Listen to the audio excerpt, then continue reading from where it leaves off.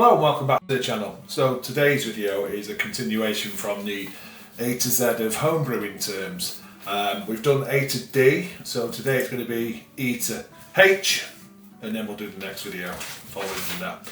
So straight into it then. E, extract brewing. So E, extract brewing. Basically that's brewing with liquid malt extract or dry malt extract.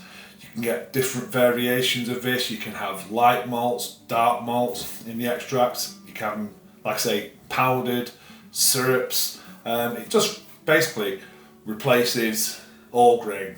So it's a process that's already got the malt, the wort, the malt ready to make the wort.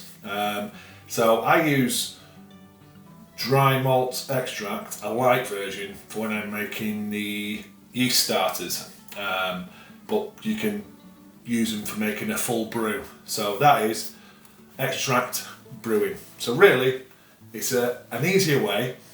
I wouldn't say it's a cheaper way, because malt extract can be quite expensive, but it's an easier way, and especially if you haven't got the kit to do all grain, which I would argue most of you probably have. If you've got a pan in the kitchen to do a stovetop brew, it is really that simple. And again, there's another video about that on the channel. Okay, so that's E. Next one, flocculation. So F, flocculation. This is where you have when the yeast basically clumps together in the fermenting beer, and then it clumps together and then drops out. So it drops out of the beer to the bottom to the trub. Now there's all different types of yeasts with different flocculations. So a low flocculating, or flocculation, I think it's more low flocculating yeast, would be used in a New England IPA style beer, because what you want from that, you want some of that yeast to stay in suspension and to encourage that hazy look, and also that mouthfeel that you're going to get from a hazy New England IPA. Then you have a high flocculation yeast. Basically that's like used in like cask beers, but the issue with a high flocculation yeast, it will really start flocculating quite early on in fermentation, and what you would need to do there is rouse that yeast to get it back in suspension to eat more sugars. It's good for cask because it will really clear out the beer, so it drops all that yeast and you can get a really clear, bright beer. Most commonly used is medium flocculation yeast. Most homebrewers and commercial professional brewers will use a medium yeast.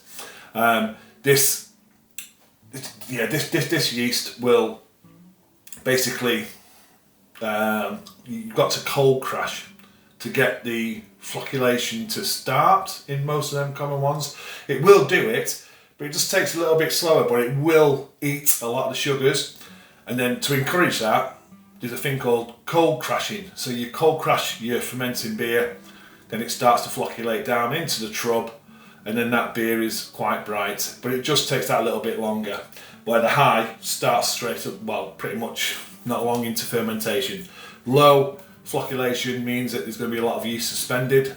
Some brewers want that for New England IPA, and then you've got the medium one, which most home brewers will go for. Okay, so G, what did I put for G?